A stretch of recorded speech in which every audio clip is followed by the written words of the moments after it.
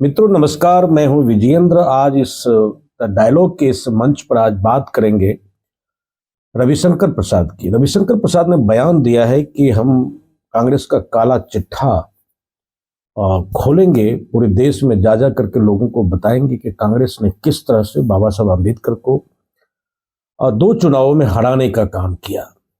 वाजिब बात है कि कांग्रेस ने हराने का काम किया तो आप मुद्दा बनाएंगे कि आपको यह सिद्ध करना है कि कांग्रेस किस तरह बाबा साहब अम्बेडकर को परेशान करते रहे। और स्वाभाविक रूप से इतिहास में इसकी चर्चा होनी चाहिए, लेकिन एक कानून मंत्री दूसरी कानून मंत्री की बात करें, रविशंकर प्रसाद भी भूतपूर्व कानून मंत्री हैं और बाबा साहब अम्बेडकर भी कानून मंत्री रहे, तो दो भूतपूर्व कानून मंत्री की चर्चा आज इस शो में करेंगे। और ये जो वर्तमान भारतीय जनता पार्टी के जो पूर्व कानून मंत्री हैं रविशंकर प्रसाद जी, और शोध करके निकालते हैं बातें, लोगों को लगता है कि बहुत गंभीर बात कह रहे हैं, लेकिन जब भी नाक ये फुलाते हैं तो लगता है कि कुछ न कुछ अपने मन की बात ये सूंघ करके निकाल लिए होंगे रविशंकर प्रसाद जी। इन्होंने आरोप लगाया है कांग्रेस पर कि कांग्रेस ने बाबा साहब अम्बेडकर को हराने का काम किया, और उनके जो निजी सचिव थे नारायण सदोबा काजरोलकर, जो बाबा साहब अम्बेडकर के कभी सचिव हुआ करते थे, उस सचिव को बाबा साहब अम्बेडकर के खिलाफ चुनाव में कांग्रेस ने कैंडिडेट बनाया। बाबा साहब चुनाव हार गए, 15,000 वोटों से चुनाव हारे। बाबा साहब को 1,23,576 वोट मिला था और काजरोलकर जी को 1,37,990 वोट मिला था। 15,000 वोट से चुनाव बाबा साहब हार गए।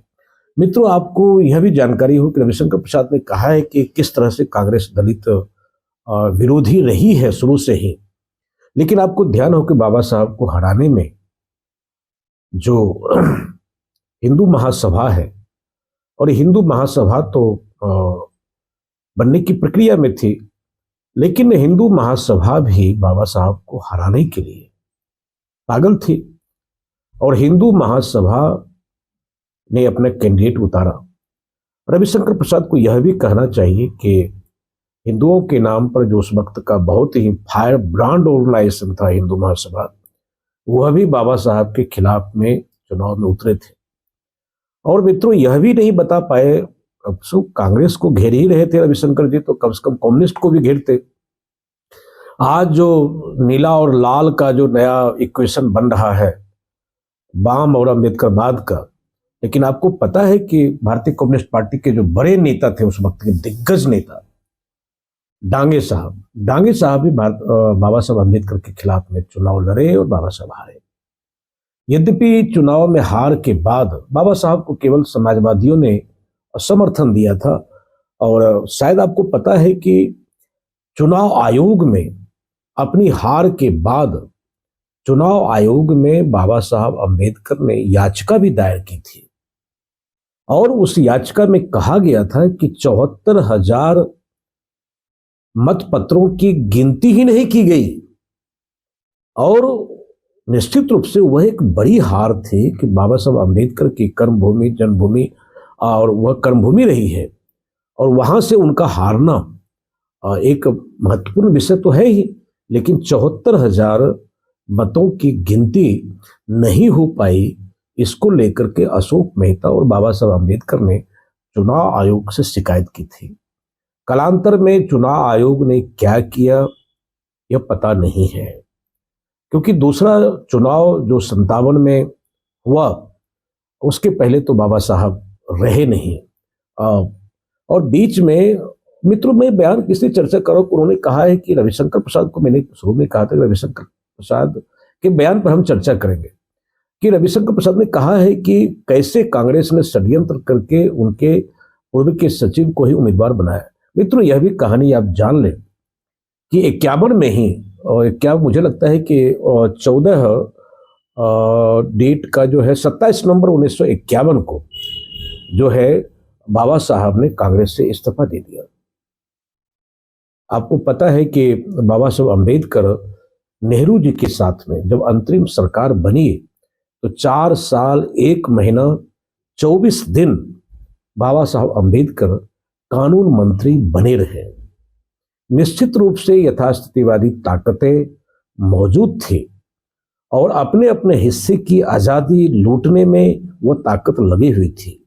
जो ताकत अंग्रेजों की दलाली करती थी, जो चाटुकार थे, सामंत, जमींदार, निश्चित रूप से आज़ादी के बाद कांग्रेस को हथियाने का भरपूर प्रयास किया।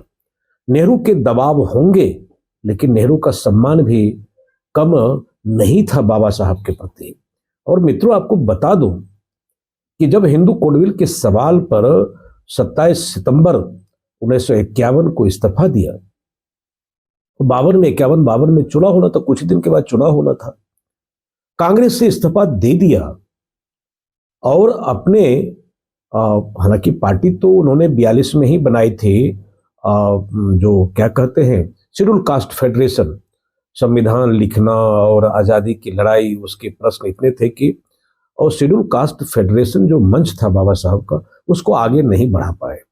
जैसे हिंदू कोडविल के सवाल पर इस्तीफा दिया बाबा साहब ने, तो फिर से उनको लगा कि हम शेड्यूल कास्ट फेडरेशन को हम जिंदा करें और जिंदा करके आगे बढ़ाने का काम किया। और जो पहला आम चुनाव हुआ, मित्रों आपको बता दें कि बाबा साहब अम्बेडकर अपने इस बैनर के तहत उस लोकसभा चुनाव में 35 कैंडिडेट खड़ा किए और 35 कैंडिडेट में 33 कैंडिडेट हार गए, 2 कैंडिडेट जीते। ये चुनाव के उस दौर की कहानी। लेकिन प्रसाद ने जो बात कही कि कांग्रेस ने जो पद्म भूषण, तीसरा बड़ा सर्वोच्च नागरिक सम्मान काजरोलकर को दिया, और वो अभी 70 में, 83 में काजरोलकर जी नहीं रहे, पहली बार उन्होंने बाबा साहब अम्बेडकर को हराया। फिर उसी सीट से 1962 में भी उन्होंने जीत दर्ज की काजरोलकर जी ने, और 83 में उनकी मौत हुई। और मुझे लगता है कि उनको पद्म भूषण का सम्मान, तीसरा सबसे बड़ा जो सर्वोच्च नागरिक सम्मान था, उनको दिया गया। अब अंबेडकर को यह बेचैनी नहीं थी, उन्होंने कभी भी अपने प्रतिद्वंदी की आलोचना नहीं की, काजरोलकर की कभी भी अवमानना नहीं की बाबा साहब ने। और काजरोलकर उनके सचिव थे, वे भी दलित थे, दूध बेचने का कारोबार था। और काजरोलकर साहब जो है एक्टिविस्ट थे, गांधीवादी। और अगर ऐसा नहीं है कि अगर बाबा साहब जीत जाते तो काजरोलकर का व्यक्तित्व तो बहुत छोटा था, और काजरोलकर का सम्मान करना बाबा साहब का अपमान करना नहीं था।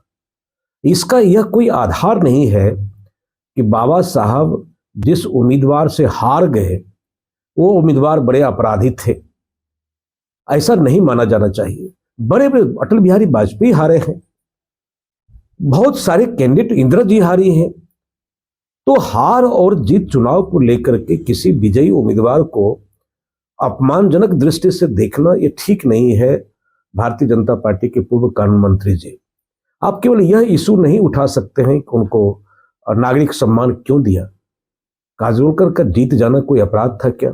और यह भी बताया जाए कि 15,000 वोट से जब काजरोलकर जीतते हैं, और उस वक्त में कांग्रेस के प्रति पूरे हिंदुस्तान में कृतज्ञता की लहर थी।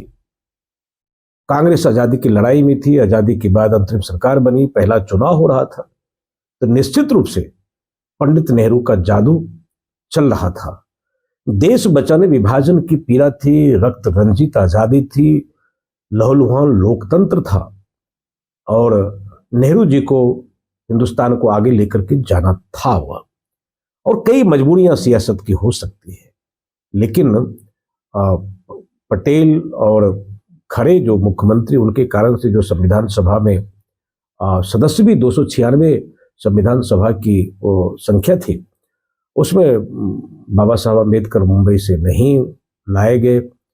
फिर बंगाल गए, बंगाल से उनको आना था, और बंगाल में होने के बाद जब विभाजन हो गया 47 में, तो बाबा साहब की जो सदस्यता वाली सीट थी वो पाकिस्तान में चली गई। मतलब पूर्वी बंगाल, जिसको ढाका आज कहते हैं, कि जो जहां से बाबा साहब अम्बेडकर सदस्य होकर के संविधान सभा में आए थे, वह जगह ही पाकिस्तान चली गई और पाकिस्तान जाने के बाद तो फिर इनकी सदस्यता भी समाप्त हो गई। फिर बंगाल में और जोगेंद्र मंडल नाम के व्यक्ति को आप जानते हो, जोगेंद्र मंडल ने जो है उनकी बड़ी भूमिका रही बाबा साहब अम्बेडकर को संविधान सभा में लाने की।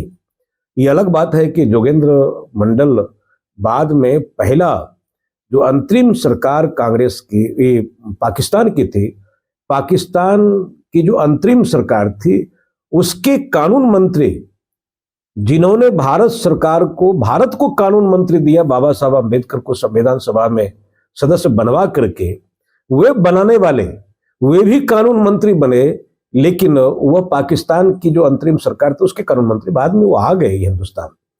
तो यह कहानी है, लेकिन यह है कि रविशंकर प्रसाद केवल उन्हीं की कहानी नहीं है, लगभग भारतीय जनता पार्टी के। और इस क्लास का जो खेल यह है कि अपने मतलब की बात को निकाल लेना और उसमें नया अर्थ पैदा करना, नई ध्वनि पैदा करना, यह पूरा मामला था। और उस वक्त में देखा जाए कि जो अब यह भी बात बनाएंगे कि जनसंघ के जो संस्थापक थे श्यामा प्रसाद मुखर्जी, अब यह भी एक नया नैरेटिव से गढ़ा जा रहा है कि उनकी गहरी नजदीकियां थी किनसे, तो बाबा साहब अम्बेडकर से। और इस पर मैं कोई पुख्ता जानकारी वाली बात मैं नहीं कर रहा हूं, लेकिन यह नैरेटिव्स चल रहा है कि, और इस कारण से नेहरू नाराज हो गए। बड़ी गजब गजब कहानी है भैया। नेहरू जी नाराज इसलिए हुए कि बाबा साहब अम्बेडकर की संगति होने लग गई थी श्यामा प्रसाद मुखर्जी से। अब तो इतिहास समय आपका है, इतिहास आपका, जो मन सो लिखना है लिख लीजिए।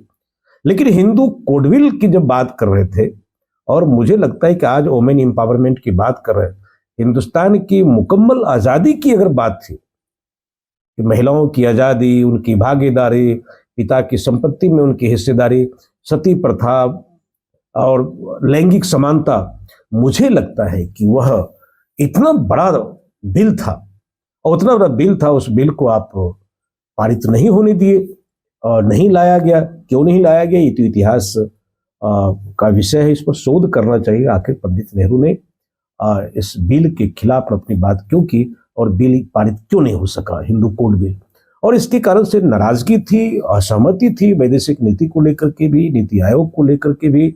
अंबेडकर जो कुछ करना चाह रहे थे, किस दबाव में पंडित नेहरू उनको करने नहीं देना चाहते थे या नहीं दिए, ये नाराजगी थी, असहमतियां थी, लेकिन नेहरू के प्रति असम्मान तो नहीं था। मैंने भी कहा था ना कि नेहरू मंत्रिमंडल में 4 साल 1 महीना 24 दिन रहे, और ये तमाम प्रकार की चीजें। और रविशंकर प्रसाद और बातें नहीं कहेंगे, धर्म परिवर्तन की बात नहीं कहेंगे, हिंदू होकर के मैं नहीं मरूंगा यह कोट नहीं करेंगे, और जितनी मनुस्मृति की बात रविशंकर प्रसाद नहीं करेंगे।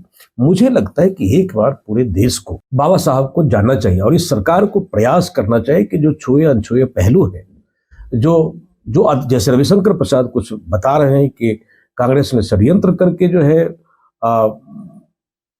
जो उनको पद्म भूषण दिया काजोलकर जी को, तो यह बहुत बड़ा अपराध कर दिया। तो यह ध्वनि तो वही है कि कांग्रेस ने उनको दे करके बहुत बड़ा अपराध कर दिया गया। लेकिन इस लोकतंत्र की ताकत को बाबा साहब अम्बेडकर जानते थे, अपने विजयी उम्मीदवार को कभी अपमान की दृष्टि से देखे नहीं थे।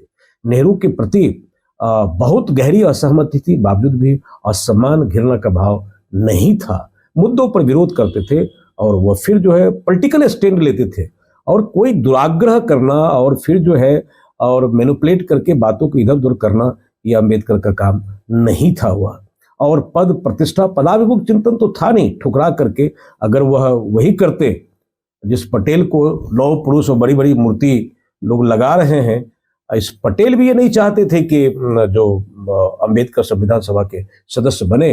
यह तो रविशंकर प्रसाद को बोलना चाहिए कि उस वक्त के महाराष्ट्र के मुख्यमंत्री कौन थे और सरदार वल्लभ भाई पटेल को क्या पीड़ा थी अम्बेडकर से, जो लगातार कोशिश की कि संविधान सभा के सदस्य ना बने। आधी अधूरी बात करेंगे। विवेकानंद ने कहा शिकागो में कि गर्व से कहो हम हिंदू हैं, लेकिन गर्व से कहो हम हिंदू हैं, किस हिंदू पर उन्होंने गर्व करने की बात कही? जाति के सवाल पर, विषमता के सवाल पर, गरीबी के सवाल पर, दीनता के सवाल पर, और जो है पाखंड के सवाल पर, अंधविश्वास के सवाल पर। और जिस तरह से हिंदुत्व को उन्होंने विवेकानंद ने डिफाइन करने का प्रयास किया, पूरी बात तो रविशंकर प्रसाद जी करेंगे नहीं। तो उनको अपने मतलब की बात जहां दिखेगी वहां से उसको पिक कर लेंगे, वही बात को नारा बना देंगे। ऐसा ही काम कल रविशंकर प्रसाद ने किया जब काजोलकर पर बयान देकर के कि ये कच्चा चिट्ठा पूरे देश में खोला जाएगा, और तब फिर कच्चा चिट्ठा और भी खोलेगा कि किस तरह से जो है संघ की जो वैचारिक किताबें हैं, संघ जहां से प्रेरणा लेता रहा है, संघ विचार जहां से फैला है जिस आधार पर, निश्चित रूप से उसकी बुनियाद में यथास्थितिवाद है। जब आप शीशे के घर में रह करके रविशंकर जी पत्थर नहीं उछाला करते हैं। कांग्रेस ने क्या किया और आपने क्या किया, क्या आपको पता नहीं है? रविशंकर प्रसाद को मैं सीधे तौर पर चुनौती देना चाहता हूं कि रविशंकर प्रसाद, जब वर्शिपिंग फॉल्स गॉड लिखा गया, अंबेडकर के खिलाफ में अरुण शौरी ने किताब लिखी, अंबेडकर को गाली देने वाले, उसको खलनायक कहने वाले अरुण शौरी को किसने मंत्रिमंडल में लाया?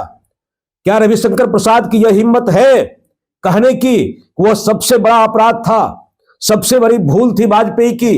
अंबेडकर को खलनायक साबित करने वाले अरुण शौरी को आप डिसइन्वेस्टमेंट डिपार्टमेंट वह मिनिस्ट्री देते हैं, मंत्री बनाते हैं, और नेहरू जी ने जो है केवल बाबा साहब अंबेडकर को हराने वाले को, अरे भैया गांधीवादी थे, एक्टिविस्ट थे, वे भी दलित थे, शेड्यूल कास्ट के नेता थे, क्या उनका काजोलकर का हक नहीं था पुरस्कार पाने का, सम्मान पाने का?